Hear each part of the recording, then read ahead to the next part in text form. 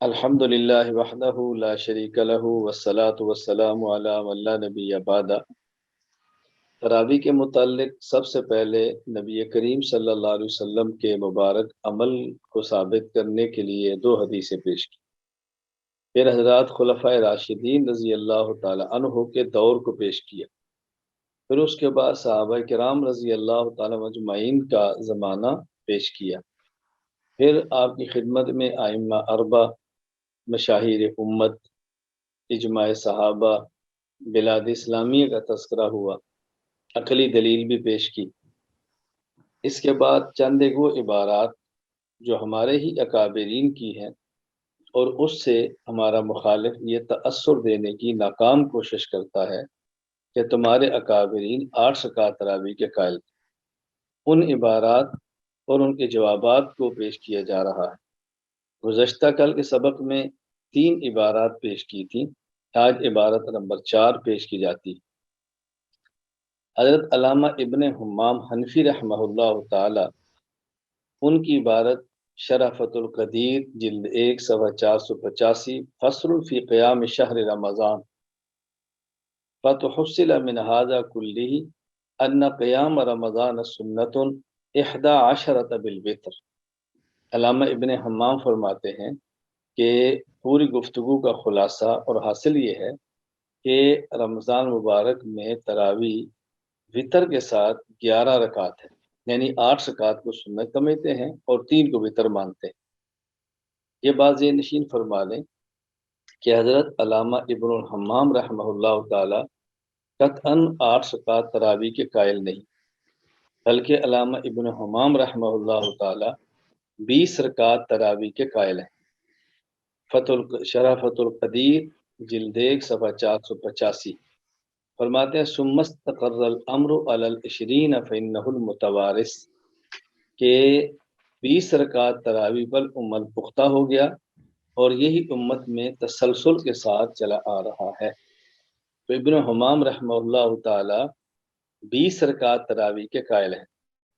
یہی ابن حمام رحمہ اللہ شرح فتح القدیر جلد 1 صفحہ 486 میں فرماتے ہیں فتکون العشرون مستحبہ وذالک القدر منہ هو السنہ، کہ ہمارے جو مشائخ ہیں ان کا عمل بھی 20 رکعت تراویح کا ہے، لہٰذا یہ 20 رکعت تراویح ہی کے قائل۔ علامہ ابن حمام رحمہ اللہ شرح فتح القدیر جلد 1 صفحہ 485 فرماتے ہیں وظاہر کلام المشائخ ان السنۃ 20، کہ ہمارے مشائخ کا جو عمل ہے وہ 20 رکعت تراویح کا ہے۔ ابن حمام رحمہ اللہ 20 رکعت تراویح ہی کے قائل ہے۔ یہ جو عبارت ان کی پیش کی گئی ہے یہ نہ سمجھنے کی وجہ سے ہے۔ حضرت علامہ ابن الحمام رحمہ اللہ تعالی بہت بڑے آدمی تھے، محقق مطلق تھے، انہوں نے بعض مسائل میں اپنا اجتہاد کرتے ہوئے اختلاف رائے ظاہر کیا ہے۔ مثلا ابن حمام تراویح تو 20 مانتے ہیں، ہاں البتہ جمہور سے ہٹ کر وہ یہ موقف اختیار کرتے ہیں ان میں سے 12 رکعت، ان میں سے 8 رکعت سنت ہیں اور 12 رکعت مستحب ہیں، 12 اور 8 20 بنتی ہے۔ یہ ابن حمام کا موقف ہے کہ تراویح تو 20 رکعت ہے لیکن 8 سنت اور 12 مستحب، بس یہ ہے جو پوری بات پیشری کی گئی۔ پھر سمجھ لیں علامہ ابن الحمام 20 رکعت تراویح کے قائل ہیں، لیکن وہ فرماتے ہیں کہ ان میں سے 8 سنت ہیں اور 12 مستحب ہیں، تو 8 نہیں قائل 20 کے ہیں، لیکن ان کے اس تفرد کو امت نے قبول نہیں کیا، امت نے قبول نہیں کیا۔ ابن حمام رحمہ اللہ تعالی کی اس موقف کو نقل کیا ہے علامہ انور شاہ کشمیری رحمہ اللہ تعالی، العارف الشذی شرح سنن ترمذی جلد 1 صفحہ 166، باب ما جاء فی قیام شہر رمضان۔ علامہ کشمیری فرماتے ہیں وقال ابن حمام ان 8 رکعات سنت مؤکدہ وسنتی 10 رکعات مستحبہ فما قال بهذا احد، اس کا کوئی بھی قائل نہیں۔ حضرت علامہ عبدالحی لکھنوی رحمہ اللہ حاشیہ علی الہدایہ پہ یہ بات فرماتے ہیں کہ یہ ابن حمام کا جو موقف ہے اس کو ہم قبول نہیں کرتے، رد فرمائے۔ اسی طرح علامہ ابن حمام کے شاگرد قاسم بن قطلو بغا رحمہ اللہ تعالی، وفات سن 879 ہجری، حاشیہ ابن عابدین جلد 1 صفحہ 510، مطلب و نواقض المسح، فرماتے اللہ عبرت بابحاث شیخنا یعنی ابن الحمام اذا خالفت المنقول، کہ ہمارے شیخ ابن حمام کی وہ بحثیں جو منقول فی المذہب مسائل کی مخالفت کریں، ان کا کوئی اعتبار نہیں۔ غیر مقلد عالم مولانا ارشاد الحق عصری صاحب لکھتے ہیں، انہی فقہ حنفی میں اجتہادی مقام حاصل تھا، کئی مسائل میں انہوں نے ہم فکر علماء سے اختلاف کیا ہے، لیکن ان کے اختلاف کو خود علماء احناف نے بنظر استحسان نہیں دیکھا۔ چنانچہ انہی کے شاگرد قاسم قطلو بغا اپنے فتاوی میں فرماتے ہیں لا یعمل بابحاث شیخہ ابن الحمام المخالفت للمذہب، کہ شیخ ابن حمام رحمہ اللہ کے وہ مباحث جو مذہب کے مخالف ہیں ان پر عمل نہ کیا جائے، لہذا حنفی مذہب کے خلاف ان کا جو بھی قول ہوگا وہ مقبول نہیں ہوگا، چاہے جائے کہ اسے حنفی مذہبی باور کر لیا جائے۔ توضیح الکلام صفحہ 880۔ اسی طرح غیر مقلد عالم مولانا محمد گودلوی، وہ ایک مسئلہ کے ذیل میں تحریر فرماتے ہیں علامہ ابن حمام حنفی باوجود فقیہ ہونے کے اس قول سے خصوص فرماتے ہیں، تحقیق الراسخ صفحہ 22۔ علامہ ابن حمام کی خلاصہ کیا ہوا؟ ابن الحمام رحمہ اللہ تعالیٰ 20 رکعت تراویح کے قائل ہیں، 8 کو سنت اور 12 کو مستحب فرماتے ہیں، لیکن یہ تقسیم بھی احناف کے یہاں قابل قبول نہیں، اس لیے یہ قول ہمارے خلاف قطعاً حجت نہیں۔ 5ویں عبارت، حضرت علامہ ابن النجم حنفی پر اعتراض اور ان کی عبارت کو نقل کر کے احناف پر اعتراض کیا گیا ہے۔ البحر الرائق جلد 2 صفحہ 117، باب الوتر والنوافل، علامہ ابن النجم فرماتے ہیں وقد ثبت ان ذلك كان 11 رکعۃ بالوتر، یہ بات ثابت ہے کہ تراویح وتر سمیت 11 رکعت ہے، تراویح وتر سمیت 11 رکعت ہے، یعنی یہ کہنا چاہ رہے ہیں کہ ابن الحمام رحمہ اللہ تعالی 11 رکعت وتر سمیت 8 رکعت تراویح اور 3 وتر کا قائل ہے۔ یہ بات ذہن نشین فرما لیں، علامہ کا قطعاً یہ موقف نہیں۔ علامہ کا جو موقف ہے تراویح کے بارے میں، البحر الرائق جلد 2 صفحہ 117، باب الوتر والنوافل، فرماتے ہیں قولہ 20 رکع بیان لکمیتها وهو قول الجمہور لما في الموطأ ان یزید بن رومان قال كان الناس يقومون في زمن عمر بن الخطاب ب23 رکع وعليه عمل الناس شرقا وغربا، کہ 20 رکعت تراویح جمہور علماء کا قول ہے، موطا میں روایت موجود ہے، اور حضرت عمر کے زمانہ میں 20 رکعت پڑھی جاتی تھی، 3 وتر ہوتے تھے، اور مشرق اور مغرب میں اہل اسلام اسی پر عمل فرماتے ہیں، یہ ان کا موقف ہے۔ اور یہ جو بات کی قد ثبت ان ذالک، یہ علامہ ابن النجم نے ابن الحمام کی عبارت کو نقل کیا ہے کہ ابن الحمام فرمایا کرتے تھے کہ دلیل کا تقاضا یہ ہے کہ 20 رکعت تراویح میں سے 8 کو سنت مانا جائے اور 12 کو مستحب مانا جائے۔ دیکھیں انہوں نے عبارت پوری نقل کی ہے، لیکن ذکر المحقق فی فتح القدیر ما حاصل ان الدلیل یقتضی ان یکون سنت من 20 ما فعله منها ثم ترکه خشیۃ ان تكتب علینا بل باقی مستحب، فقد ثبت ان ذلك كان 11 رکعۃ بالوتر كما ثبت في الصحيحين من حدیث عائشہ رضی اللہ عنہا، فإذا يكون المسنون على اصول مشائخنا 8 منها والمستحب 12۔ علامہ ابن النجم نے ابن حمام کی عبارت نقل کی ہے کہ وہ فرماتے ہیں کہ دلیل کا تقاضا یہ ہے کہ 8 کو سنت اور 12 کو مستحب مانیں۔ علامہ ابن النجم کا اپنا موقف ہرگز یہ نہیں ہے وہ 20 رکعت تراوی ہی کے قائل ہیں۔ غلط بیانی سے کام لینا مناسب نہیں، اپنے مذہب کے لیے جھوٹ نہیں بولنا چاہیے، کسی کی عبارت کو غلط معنی مطلب ہرگز بیان نہیں کرنا چاہیے۔ چھٹی عبارت حضرت ملا علی قاری رحمہ اللہ کی کتاب مرقات شرح مشکات جلد 2 صفحہ 175 پر ہے، فَتُحُصِلَ مِنْ هَذَا كُلِّهِ أَنَّ قِيَامَ رَمَضَانَ سُنَّةٌ 11 بِالْوِتْرِ۔ تو ملا علی قاری رحمہ اللہ فرماتے ہیں خلاصہ قیام یہ ہے کہ قیام رمضان میں وطر سمیت 11 رکعت سنت ہے، یعنی 8 تراوی اور 3 وطر۔ تو ملا علی قاری رحمہ اللہ تعالیٰ بھی 8 رکعت کے قائل ہیں۔ یہ بات اچھی طرح ذہن نشین فرما لیں کہ ملا علی قاری رحمہ اللہ تعالیٰ کا موقف یہ ہرگز نہیں ہے۔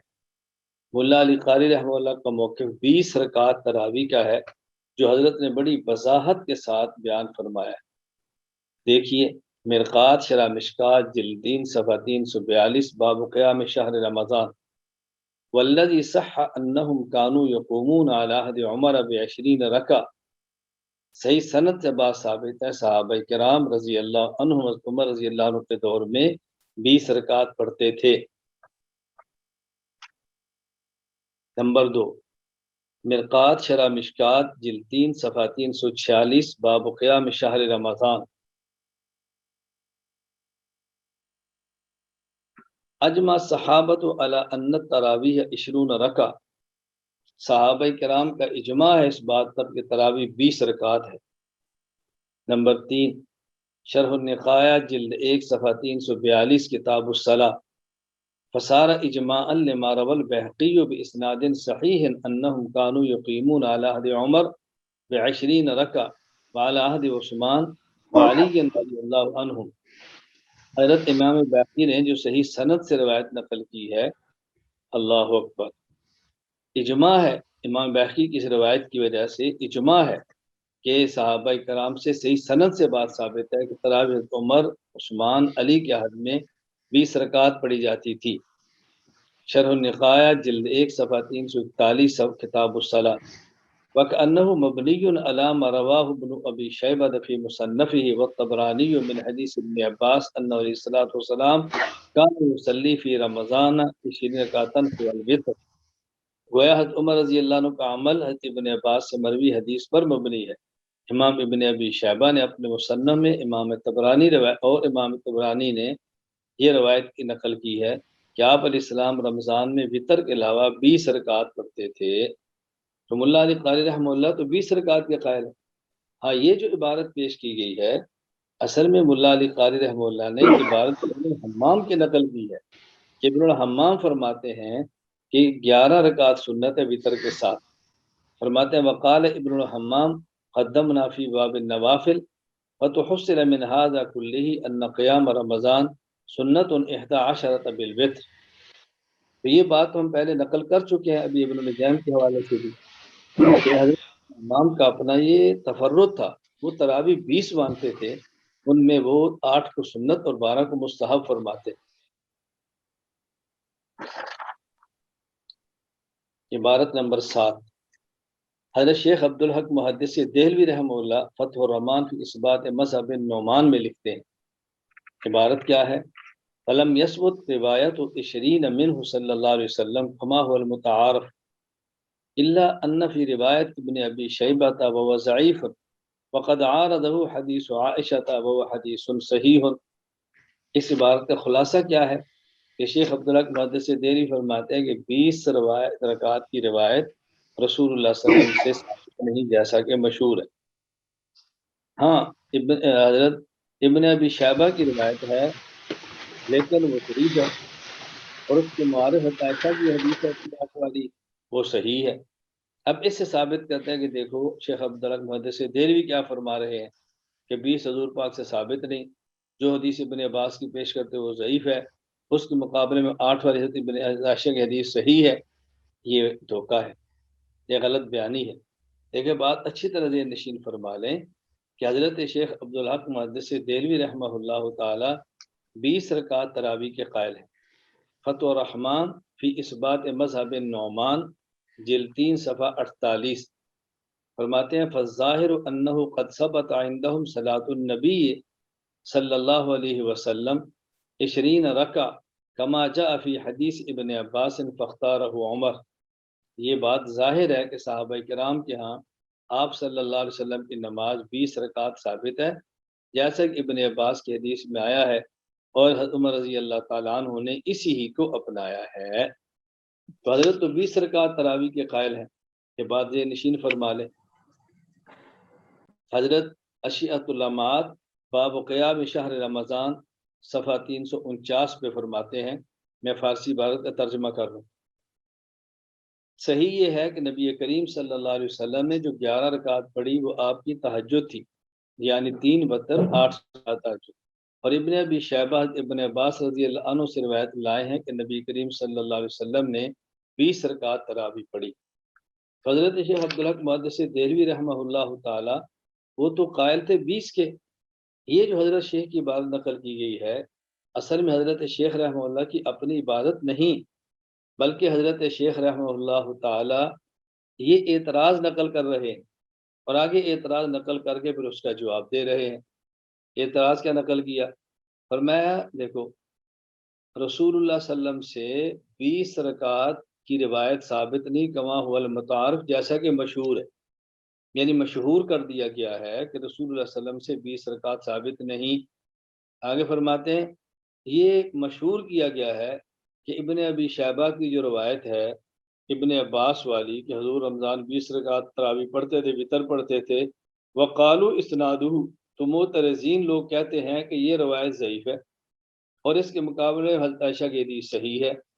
تو یہ شیخ عبدالحق محدث دہلوی رحمہ اللہ اپنا موقف پیش نہیں کر رہے، بلکہ شیخ عبدالحق محدث دہلوی رحمۃ اللہ علیہ ان کی بات نقل کر رہے ہیں کہ لوگ کہتے ہیں کہ 20 رکعت ثابت نہیں، اور لوگ کہتے ہیں ابن عباس کی حدیث ضعیف ہے، اس کے مقابلے میں حضرت عائشہ کی حدیث صحیح ہے. لوگ کہتے ہیں، وہ یہ نہیں فرما رہے. ہاں لیکن فرمایا دیکھو جب حضرت عمر رضی اللہ تعالیٰ عنہ 20 کو پسند فرما رہے ہیں اور ابن عباس والی حدیث کی بنیاد پہ کر رہے ہیں، تو ظاہر ہے ایک فہم آج کا ہے، ایک ابن عباس کا ہے. آج کیا کہ لوگوں میں حدیث چونکہ سند سے پہنچی ہے، ممکن ہے ذوف ہو. حضرت عمر کے سامنے تو سند نہیں تھی نا کہ جس میں ذوف کا سوال پیدا ہو، اس لیے روایت ان نے نقل کر کے اعتراض اس کا جواب دیا ہے، اور لوگوں نے حضرت کے اعتراض کو ان کا موقف بیان کر دیا کہ ان کا موقف ہی یہ ہے، حالانکہ یہ بات 100% غلط ہے. مجھے اس پر ایک واقعہ یاد آیا کہ ایک بار 3 طلاق کے عنوان پر مناظرہ تھا. میں چونکہ صدر مناظر تھا، اور صدر مناظر مناظرہ کو کنٹرول کرتا ہے. یہ بات یہ نشین فرما لیں کہ شروع ہی سے ہم نے اپنی ایک پالیسی بنائی کہ مستقل میں نے مناظر نہیں بننا، یا صدر مناظر بننا ہے یا معاون مناظر بننا ہے، براہ راست مناظر کسی اور کو رکھنا. بس ہماری ایک پالیسی تھی.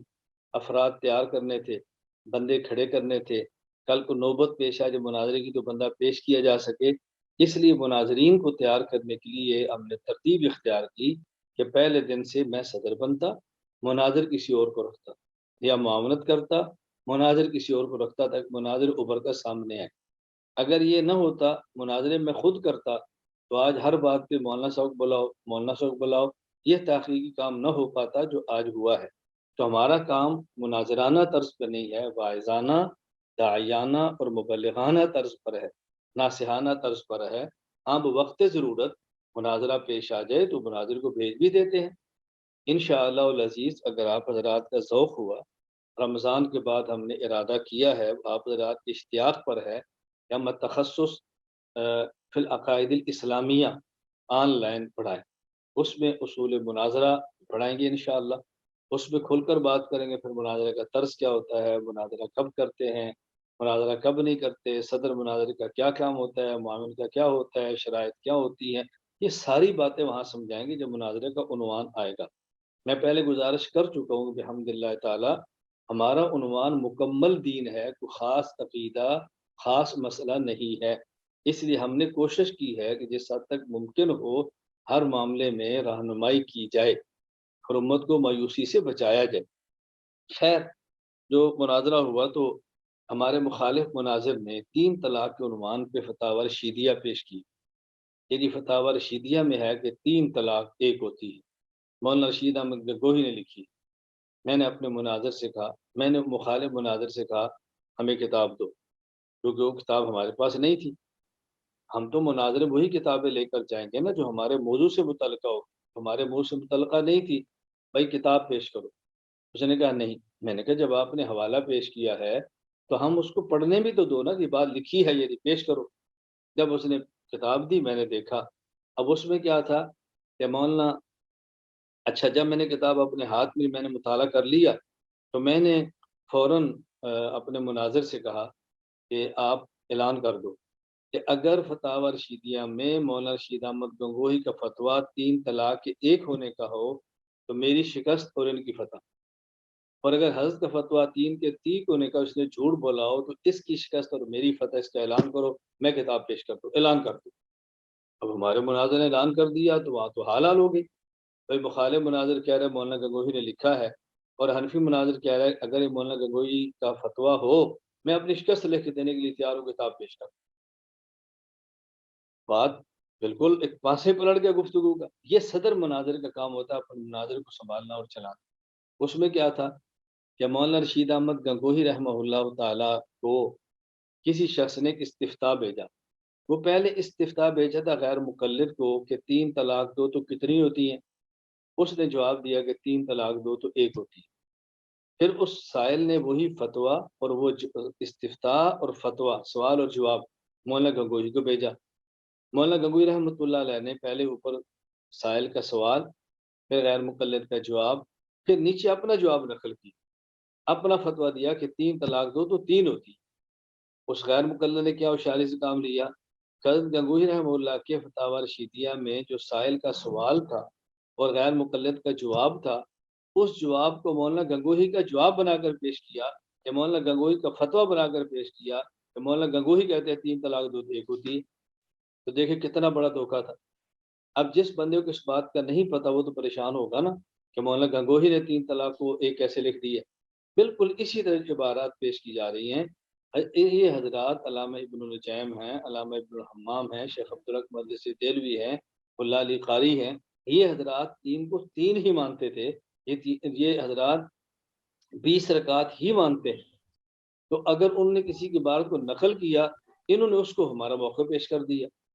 حضرت شیخ عبدالحق مقدسی دہلوی نے نقل کیا اعتراض کہ لوگ کہتے ہیں کہ رسول اللہ صلی اللہ علیہ وسلم سے ثابت نہیں، لوگ کہتے ہیں ابن عباس کی حدیث سند ضعیف ہے، لوگ کہتے ہیں مقابلے میں عائشہ رضی اللہ تعالیٰ عنہ کی سند صحیح ہے، اور انہوں نے اسی کو حضرت کا موقع بنا کر پیش کر دیا۔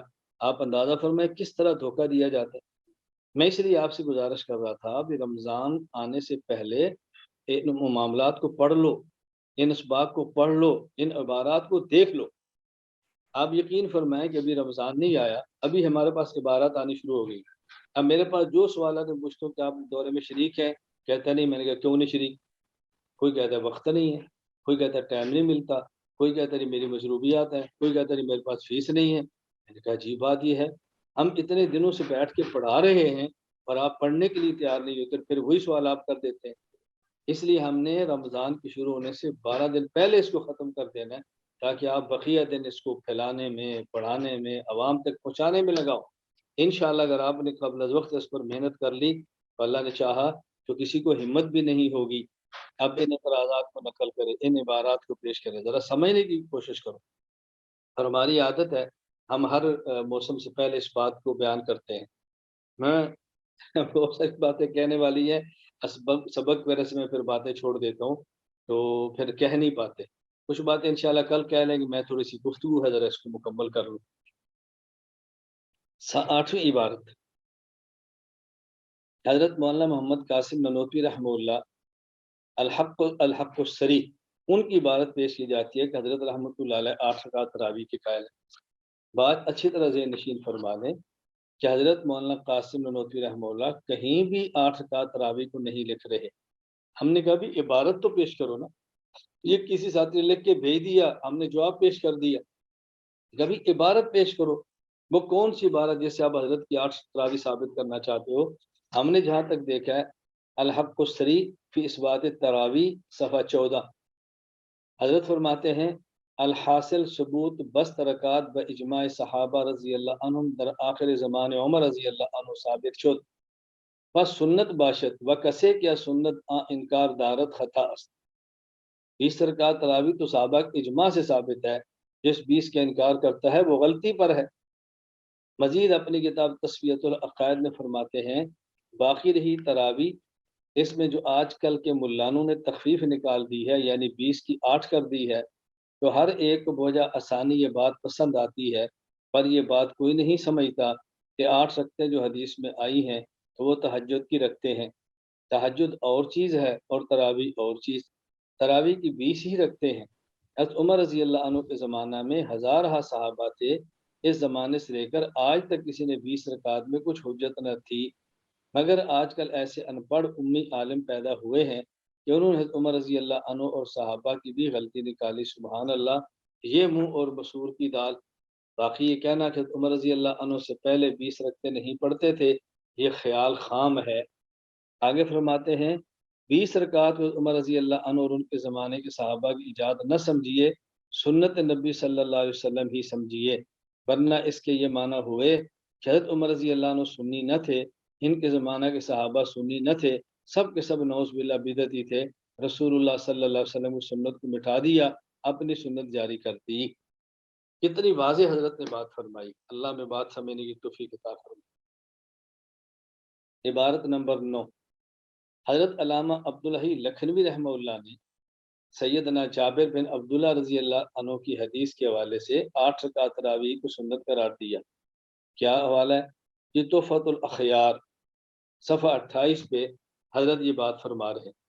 یہ بات اچھی طرح سے نشین فرما لیں کہ حضرت مولانا عبدالحی لکھنوی رحمہ اللہ تعالی 20 رکعت تراویح ہی کے قائل تھے۔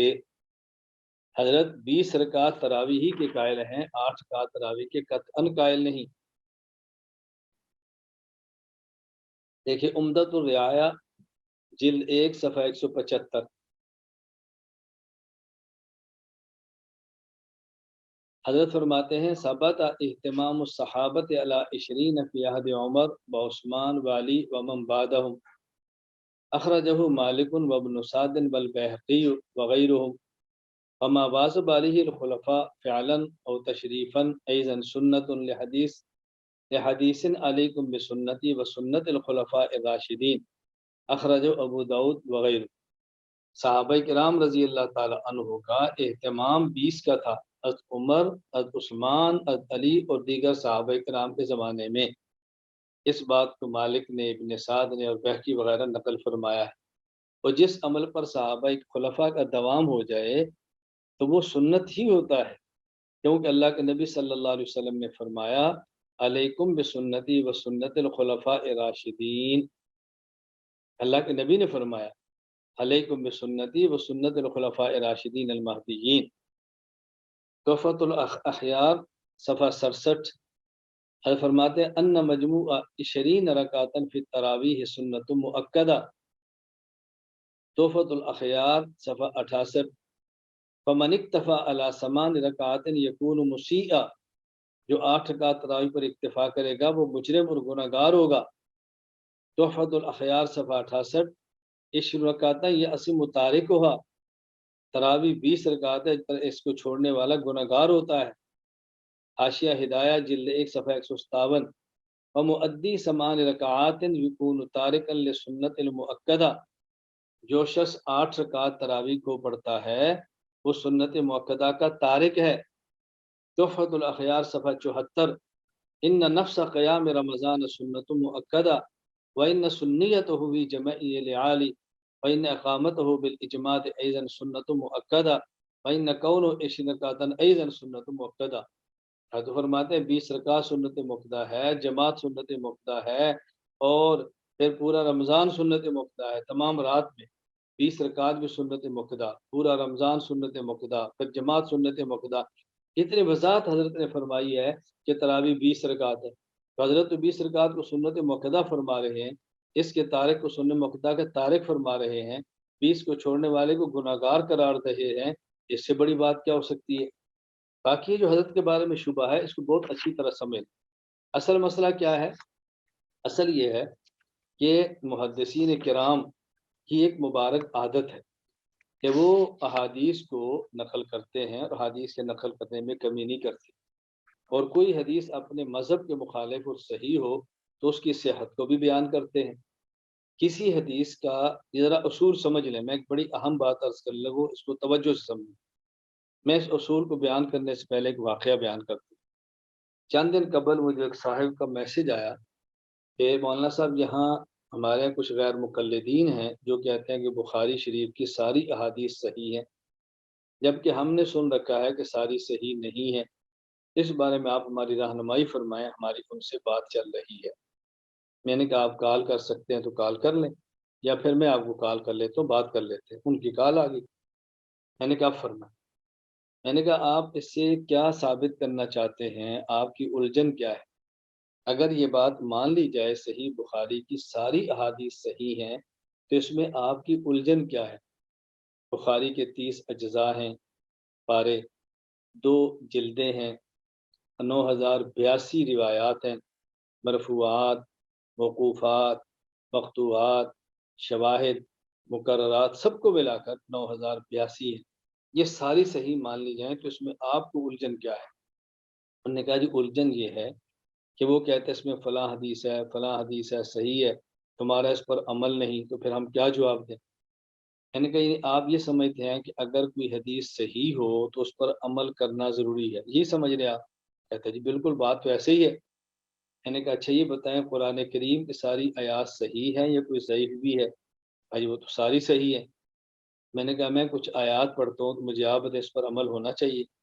قرآن کریم میں ہے والذین یتوفون منکم ویذرون ازواجا وصیۃ لازواجہم متاعا الی الحول غیر اخراج۔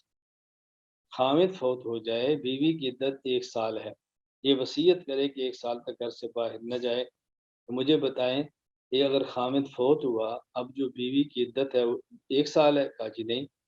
میں نے کہا کیوں؟ یہ آیت صحیح نہیں ہے؟ کہا جی صحیح ہے۔ میں نے کہا پھر کیوں نہیں؟ اب آپ کو سمجھ آ گئی، چونکہ ایک آیت اور بھی موجود ہے والذین یتوفون منکم ویذرون ازواجا یتربصن بانفسہن اربعۃ اشہر وعشرا، کہ عدت اس کی 4 ماہ اور 10 دن ہے۔ اب دونوں صحیح ہیں لیکن دونوں پر عمل تو نہیں ہو رہا نا، ایک منسوخ ہو جائے گی اور ایک ناسخ ہو جائے گی۔ میں نے کہا اسی طرح قرآن کریم کے اندر ہے یسألونک عن الخمر والمیسر قل فیہما اسم کبیر ومنافع للناس، یہ لوگ آپ سے پوچھتے ہیں شراب کے بارے میں، تو آپ بتاؤ اس کے اندر نفع بھی ہے نقصان بھی ہے، لیکن نقصان زیادہ ہے۔ میں نے کہا اس آیت نے شراب کو حرام نہیں کہا، تو بتاؤ حرام ہے یا نہیں؟ کہتے حرام ہے۔ میں نے کہا قرآن کریم کی آیت ہے یا ایھا الذین آمنوا لا تقربوا الصلاۃ وانتم سکارا، کہ جب نشہ ہو اور نماز پڑھو تو نشہ اترے تو پھر پڑھو، جب تک نشہ و نماز نہ پڑھنا۔ یا بھی نشے کو حرام نہیں کہا شراب کو، تو کیا شراب حرام ہے کہ نہیں؟ کہا جی حرام ہے۔ میں نے کہا 2 آیتوں سے تو حرام ہونا ثابت نہیں ہو رہا، کہ آیت کہ صحیح نہیں ہے؟ کہا جی صحیح ہے۔ اب آپ شراب کو حرام کیوں کہہ رہے ہیں؟ ایک تیسری آیت موجود ہے یا ایھا الذین آمنوا انما الخمر والمیسر والانصاب والازلام رجس من عمل الشیطان۔ معلوم ہوا کہ صحیح ہونا اور ہے اور عمل ہونا اور ہے۔ میں نے کہا چلو صحیح بخاری میں ہے کہ رسول اکرم صلی اللہ علیہ وسلم نے بال قائمہ، نبی عطا سبات قوم فبال قائمہ، آپ نے کھڑے ہو کر پیشاب فرمایا۔ 4 احادیث بخاری میں ہیں۔ اب کھڑے ہو کر پیشاب سنت کہہ سکتے ہیں؟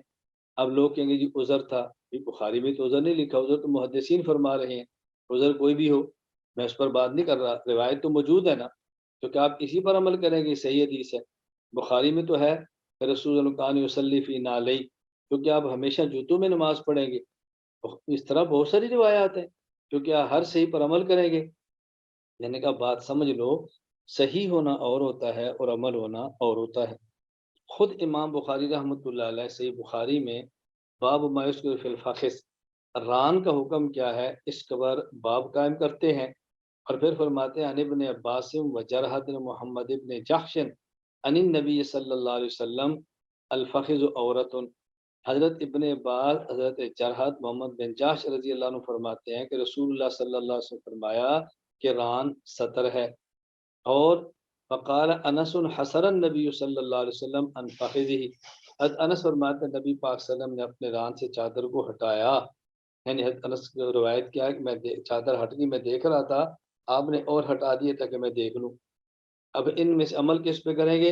امام بخاری فرماتے ہیں حدیث انس اسند، حضرت انس والی حدیث کی سند زیادہ مضبوط ہے کہ آپ نے ران سے چادر کو ہٹایا۔ حدیث و جرحد احوت، اور حضرت جرحد والی حدیث زیادہ محتاط ہے۔ احتیاط کا تقاضا یہ ہے کہ اس پر عمل کیا جائے، یعنی ران کو سطر مانا جائے۔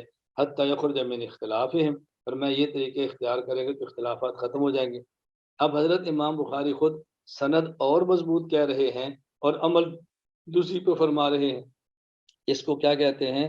صحت سند صحت عمل کی دلیل نہیں ہوتی۔ بس اوقات حدیث صحیح ہوتی ہے لیکن منسوخ ہوتی ہے، بس اوقات صحیح ہوتی ہے لیکن مرجوح ہوتی ہے، بس اوقات صحیح ہوتی ہے لیکن مؤول ہوتی ہے۔ یہ بات آپ کو سمجھ آ گئی تو جو اصول کرخی پر اعتراض ہے وہ آپ کا حل ہو جائے گا۔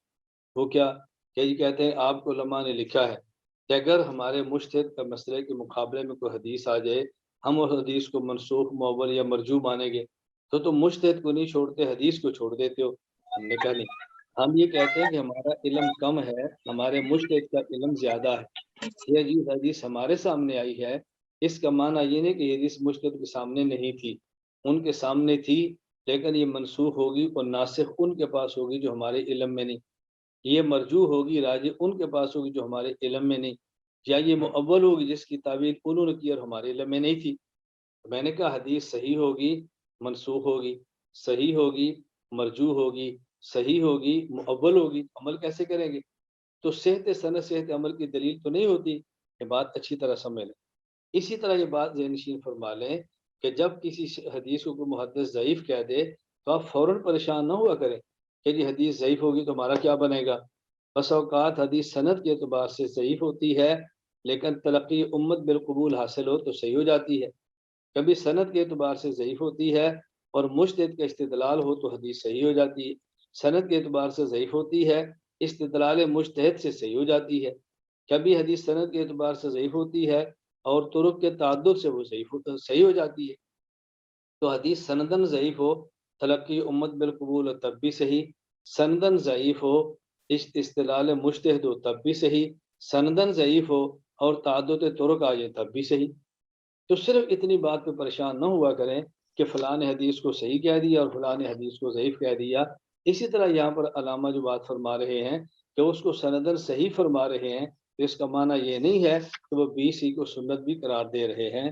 اس کو بہت اچھی طرح سمجھ لیں تاکہ کبھی بھی الجھن پیدا نہ ہو۔ عبارت نمبر 10، حضرت علامہ انور شاہ کشمیری رحمۃ اللہ کی عبارت العرف الشذی جلد 1 صفحہ 66 میں ہے، ولا مناسب من تسلیم ان تراویح علیہ السلام کانت ثمانیۃ رکعات۔ یہ فرماتا ہے کہ یہ بات تسلیم کیے بغیر کوئی چارہ ہی نہیں کہ نبی اکرم صلی اللہ علیہ وسلم نے 8 رکعت تراویح پڑھی ہے۔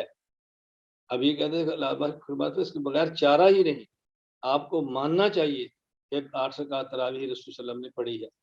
یہ بات علامہ کشمیری کا موقف نہیں ہے۔ علامہ انور شاہ کشمیری رحمہ اللہ تعالی 20 رکعت تراویح کے قائل ہیں۔ دیکھو العرف الشذی جلد 1 صفحہ 166 میں فرماتے ہیں، لم یقل احد من الائمۃ الاربع باقل من 20 رکعۃ فی التراویح والیہ جمہور الصحابہ رضی اللہ عنہم۔ ائمہ اربع میں سے کوئی ایک بھی 20 سے کم تراویح کا قائل نہیں، اور جمہور صحابہ کرام رضی اللہ عنہ مجمعین کا عمل بھی اسی بات پر ہے۔ فیض الباری شرح صحیح بخاری جلد 3 صفحہ 181، فرمایا اما من اکتفى بالرکعات الثمانیہ وشذ عن السواد الاعظم وجعل یرمیہم بالبدع فلیرى عاقبہ۔ اللہ اکبر۔ جو شخص 8 رکعت تراویح پڑھے تو سواد اعظم سے نکل گیا، اور 20 والوں کو، اللہ اکبر، 8 رکعت تراویح پڑھا تو سواد اعظم سے نکل گیا، اور پھر اس کے بعد 20 والوں کو بدعت بھی کہے بدعت ہی ہے۔ فرمایا اس کو اپنے انجام کا خیال کرنا چاہیے، انجام کی فکر کرنی چاہیے۔ حضرت تو فرما رہے ہیں کہ جو نکلا اس کو اپنے انجام کا خیال کرنا چاہیے، 20 رکعت تراویح چھوڑنے والے۔ آپ نے کیسے کہہ دیا وہ 8 کے قائل تھے؟ یہ بات ذرا اچھی طرح سمجھ لیں کہ علامہ کیا فرمانا چاہتے ہیں۔ یہ بہت بڑا دھوکہ ہے جو پھیلایا جا رہا ہے وہ دھوکہ پھیلاتے ہیں، اور بس اوقات ہماری طرف سے میڈیا پر یہ بات چل جاتی ہے کہ جی 20 رکعت تراویح والی حدیث ضعیف ہے، 20 رکعت ثابت ہے لیکن ضعیف ہے۔ ذرا سمجھیں اچھی طرح بات، میں سمجھانا چاہتا ہوں۔ علامہ کشمیری کیا فرماتے ہیں؟ علامہ انور شاہ کشمیری رحمہ اللہ فرماتے ہیں کہ دیکھیں حدیث ابن عباس رضی اللہ عنہ جس سے 20 رکعت تراویح ثابت ہو رہی ہے، یہ حدیث رسول اکرم صلی اللہ علیہ وسلم سے سند کے اعتبار سے جو ہمیں پہنچی، ہم کہہ دیں گے ضعیف ہے، ہم مان لیں گے، لیکن یہی حدیث جب ابن عمر کے سامنے ہے تو وہاں تو ضعیف نہیں ہے نا۔ ہمارے اور ابن عباس رضی اللہ عنہ کے درمیان واسطے ہیں تو ہم نے ضعیف کہہ دیا۔ حضرت عمر رضی پاک صلی اللہ علیہ وسلم کے درمیان تو کوئی واسطہ نہیں ہے نا، تو وہ تو ضعیف نہیں کہیں گے۔ اس لیے فرماتے ہیں کہ عمر کا 20 رکعت تراویح کا حکم دینا، حضرات صحابہ کرام سب کا قبول کر لینا، کہ اس بات کی علامت ہے کہ ان کے پاس کوئی حدیث موجود تھی جو صحیح سند کے ساتھ ہمارے پاس نہیں پہنچی۔ تو یہ حدیث ابن عباس بھی ہمارے اعتبار سے ضعیف ہو سکتی ہے، حضرت عمر کے اعتبار سے ضعیف نہیں ہو سکتی نا۔ سنیں ذرا، حضرت فتاوی تتار خانیہ کے حوالے سے الف الشذی میں فرماتے ہیں ففت تارخانیہ سال ابو یوسف ابا حنیفۃ رحمہ اللہ ان اعلان عمر بعشرین رکع هل کان له عہد منہ علیہ السلام۔ حضرت امام ابو یوسف نے امام ابو حنیفہ سے پوچھا حضرت عمر کا 20 رکعت تراویح کا جو اعلان تھا کیا ان کے پاس کوئی نص تھی، حدیث تھی؟ قال ابو حنیفہ رحمہ اللہ تعالی ما کان عمر مبتدعا، حضرت عمر بدعت کا ارتکاب نہیں کر سکتے، ای لعلہ یکون له عہد، ممکن ہے ان کے پاس حدیث ہو، فیکون فدل علی ان 20 رکعتن، اور اس سے 20 رکعت ثابت ہوتی ہوں، لا بد له من ان یکون لها اصل منہ علیہ السلام فان لم یبلغنا بالاسناد القوی۔ تو یہ بات ضرور ہے کہ عمر رضی اللہ عنہ کے پاس رسول اکرم صلی اللہ علیہ وسلم کا عمل حدیث مبارک 20 رکعت ہوگی جو ہمارے پاس صحیح سند کے ساتھ نہ پہنچی، قوی سند کے ساتھ نہ پہنچی۔ اور شاہ صاحب فرماتے ہیں پھر اچھی طرح بات سمجھ لو، ابن عباس والی حدیث ہمارے اعتبار سے ضعیف ہو سکتی ہے، لیکن حضرت عمر رضی اللہ تعالیٰ عنہ کے لیے تو نبی پاک کا عمل ضعیف نہیں ہو سکتا نا، وہاں تو درمیان میں واسطے ہی کوئی نہیں۔ تو شاہ صاحب 8 کے قائل نہیں ہو رہے بلکہ حدیث کی سند پر اپنے 100 کے اعتبار سے گفتگو فرما رہے ہیں۔ عبارت نمبر 11، حضرت شیخ الحدیث مولانا محمد زکریا رحمہ اللہ کی عبارت اوجز المسالک شرح موطا امام مالک جلد 1 صفحہ 390 پر ہے، لا شک فی ان تحدید التراویح فی 20 رکعہ لم یثبت مرفوعا عن النبی صلی اللہ علیہ وسلم بطریق صحیح علی اصول المحدثین، فما ورد فیہ من روایت ابن عباس رضی اللہ عنہما متکلم فیہ علی اصولہم۔ کہتے حضرت فرماتے ہیں کہ محدثین کے اصول کے مطابق 20 رکعت تراویح کی تعداد نبی کریم صلی اللہ علیہ وسلم سے ثابت نہیں۔ اس کا معنی یہ نہیں کہ وہ 20 رکعت تراویح کے قائل نہیں۔ حضرت مولانا زکریا رحمہ اللہ کی آپ ساری گفتگو سنیں تو پھر آپ کو اندازہ ہوگا کہ حضرت کیا فرماتے ہیں۔ نمبر 1، اوجز المسالک شرح موطا امام مالک جلد 2 صفحہ 391 پر فرماتے ہیں فقط ثبت تحدید العشرین بآثار صحابت الکثیرہ، کہ 20 رکعت تراویح کی جو حد ہے، تعداد ہے، یہ صحابہ کرام کی بہت بڑی تعداد سے ثابت ہے، صحابہ کرام کے بہت سارے آثار سے ثابت ہے کہ تراویح کی رکعت 20 ہی ہیں۔ آگے پھر فرماتے ہیں فمن نظر الی تعامل الصحابہ فی امر الشریعہ لا یشک انہم اذا رأوا منکرا اکثر الانکار علی ذلک، وہذا تقویت معنی روایت ابن عباس، وہذا تقویت معنی روایت ابن عباس۔ حضرت فرماتے ہیں کہ بات اچھی طرح سمجھو، جو شخص صحابہ کرام کے شریعت کے معاملے میں مزاج کو سمجھتا ہے اس کو رتی برابر بھی شک نہیں ہوگا کہ ابن عباس والی روایت قوی ہے۔ کیوں؟ اس لیے کہ صحابہ جب کسی منکر اور خلاف شریعت امر کو دیکھتے تو بہت زیادہ رد فرماتے، تو حدیث ابن صحابہ کا 20 رکعت پڑھنا، حضرت عمر کا حکم دینا اور صحابہ کا قبول کر لینا اور رد نہ کرنا اس بات کی دلیل ہے کہ ان کا یہ معاملہ سنت تھا، خلاف سنت نہیں تھا۔ ابن عباس کی حدیث سے 20 ثابت ہو رہی ہیں، حضرت عمر نے 20 کا حکم دیا، تمام صحابہ کرام حضرت عمر کی بات کو قبول کر لیا۔ اگر یہ خلاف شریعت ہوتا وہ کبھی قبول نہ کرتے، تو صحابہ کرام کے اس بات کے رد نہ کرنا اور اس کو قبول کر لینا اس بات کی دلیل ہے کہ ابن عباس رضی اللہ تعالی عنہ والی روایت کبھی اور مضبوط ہے، یہ فرما رہے ہیں۔ اب حضرت کیا فرماتے ہیں؟ اللہ اکبر، فرمایا یہ بات اچھی طرح سمجھ لیں کہ تراویح کی جو 20 رکعات ہیں، 20 ہی رکعات، یہ مان لیا جائے کہ محدثین کے اصول کے مطابق حدیث ابن عباس اتنی کبھی نہیں کہ اس سے 20 رکعت تراویح ثابت ہو، یہ مان لیا جائے کہ اس روایت پر کلام ہے اور اس سے بھی ثابت نہیں ہوتی، لیکنما ھذا لا يمكن الانکار عن ثبوتہ، باوجود اس کے یہ انکار ممکن ہی نہیں ہے، ہم اس بات کا انکار کر دیں کہ رسول اللہ صلی اللہ علیہ وسلم سے ثابت نہیں۔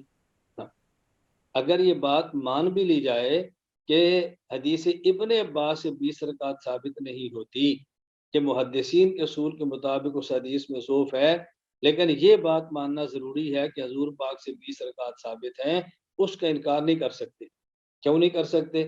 فرمایا بفعل عمر، حضرت عمر کا فعل ہے، بسکوت صحابہ کے علی ذالک، صحابہ سارے اس کو قبول کرتے ہیں، خاموش ہیں، واجماعهم علی قبول بمنزلۃ النص، اور صحابہ کے عمر کے فعل کو قبول کر لینا اس بات کی دلیل ہے کہ الا ان له اصل عندهم، کہ یہ ان کے پاس کوئی اثر اس کی یعنی حدیث پاک موجود تھی۔ تو شیخ زکریا رحمہ اللہ کا موقف 20 رکعت تراویح کا ہے۔ ہم اتنی بات فرماتے ہیں، یہ جو 20 کی تحدید ہے اس کی بنیاد ابن عباس نہیں، اس کی بنیاد حضرت عمر ہے۔ حضرت ابن عباس والی حدیث نہیں، حضرت عمر کا فعل، آپ کا امر اور صحابہ کا اجماع ہے۔ تو یہ نہیں فرماتے کہ ہم 20 رکعت کو مانتے ہی نہیں ہیں، بلکہ کہ 20 رکعت کی بنیاد کیا بنائیں۔ آپ کو یاد ہوگا میں نے پہلے دن یہ بات سمجھائی تھی، ایک ہے تراویح اور ایک ہے تراویح پورا مہینہ باجماعت، پورا مہینہ باجماعت۔ رسول اللہ صلی اللہ علیہ وسلم سے 20 رکعت ثابت ہے، اور اس ثابت ہونے کی بنیاد کیا ہے؟ عام طور پہ ہم بھی کہتے ہیں کہ ابن عباس والی حدیث ہے، کہتے جابر والی حدیث ہے، لیکن بہت سے محدثین اس کو سندن ضعیف کہتے ہیں۔ تو ہمارے کعبے فرماتے ہیں عمر کا حدیث کا حکم دینا، صحابہ سب کا قبول کر لینا، اس کا اجماع اس بات کی دلیل ہے کہ ان کے پاس یا ابن عباس کی روایت ہے، ان کے یہاں سند صحیح ہے، اور ہمارے اعتبار سے حضور کے درمیان واسطے آگے، اور یا ان کے پاس اور ایسی حدیث موجود ہوگی جو سند صحیح کے ساتھ ان کے پاس ہوگا، ہمارے پاس نہیں ہوگی۔ بھائی حدیث کا کیا معنی؟ وہ تو خود نبی پاک عمل دیکھ رہے ہیں نا، یہ معنی ہے کہ ان کے پاس تو حدیث موجود ہے کہ انہوں نے رسول اکرم صلی اللہ علیہ وسلم کے عمل مبارک کو دیکھا ہے۔ تو یہ بات اچھی طرح ذہن نشین فرما لیں۔ یہی بات وہ جو تطار خانیہ میں علامہ انور شاہ کشمیری تطار خانی کی بات نقل کی ہے اور تطار خانیہ میں موجود ہے کہ حضرت امام ابو یوسف نے امام حنیفہ سے پوچھا کہ 20 رکعت تراویح کہ ان کے پاس کیا دلیل تھی، تو نے فرمایا ان کا قبول کرنا صحابہ کو متفق اس بات کی دلیل ہے کہ ان کے پاس کوئی اثر موجود تھی جو ہمارے پاس نہیں پہنچی۔ خیر، میں نے آپ کی خدمت میں 20 رکعت تراویح پر رسول اکرم صلی اللہ علیہ وسلم کا عمل مبارک، خلفائے راشدین کا دور، صحابہ کرام کا زمانہ، ائمہ اربعہ کا موقف، مشاہیر امت کا موقف، اجماع امت، بلاد اسلامیہ کو پیش کیا، اور اپنے موقع پر ہونے والے شبہات کا جواب دیا، اکابرین کی عبارت کا جواب دیا، غیر مقلدین کے دلائل کے جواب دیے۔ شر و بس کے ساتھ مسئلہ آپ کی خدمت میں آ گیا ہے، اب آپ اس کو سمجھیں اور آگے سمجھائیں، سنیں اور سنائیں، پڑھیں اور پڑھائیں، رمضان سے پہلے اس کو پھیلائیں۔ اللہ ہم سب کو بات سمجھنے کی توفیق عطا فرمائے۔ غیر مقلدین سوال کرتے ہیں، تراویح کے حوالے سے آپ بھی ان پر ایک سوال کریں، بھئی آپ بھی ایک حدیث مبارک پیش کریں جو آپ کے عمل کے مطابق ہو۔ نمبر 1 8 رکعت تراویح ہوں، نمبر 2 باجماعت ہو، نمبر 3 ہر مسجد میں ہو، نمبر 4 پورا مہینہ ہو، اور نمبر 5 تراویح میں مکمل قرآن کریم ہو۔ کوئی حدیث آپ بھی پیش کر دیں، ان سے بھی آپ سنیں، پھر دیکھنا کس طرح دائیں بائیں توڑ موڑ کے باتیں کریں گے اور اپنے موقع پر ایک حدیث بھی پیش نہیں کریں گے۔ اللہ تعالی ہم سب کو اپنے کابر کا مسلک اور مذہب ان کے منہج کے مطابق لے کر چلنے کی توفیق عطا فرمائے۔ وآخر دعوانا الحمد للہ رب العالمین۔ السلام علیکم ورحمۃ اللہ وبرکاتہ۔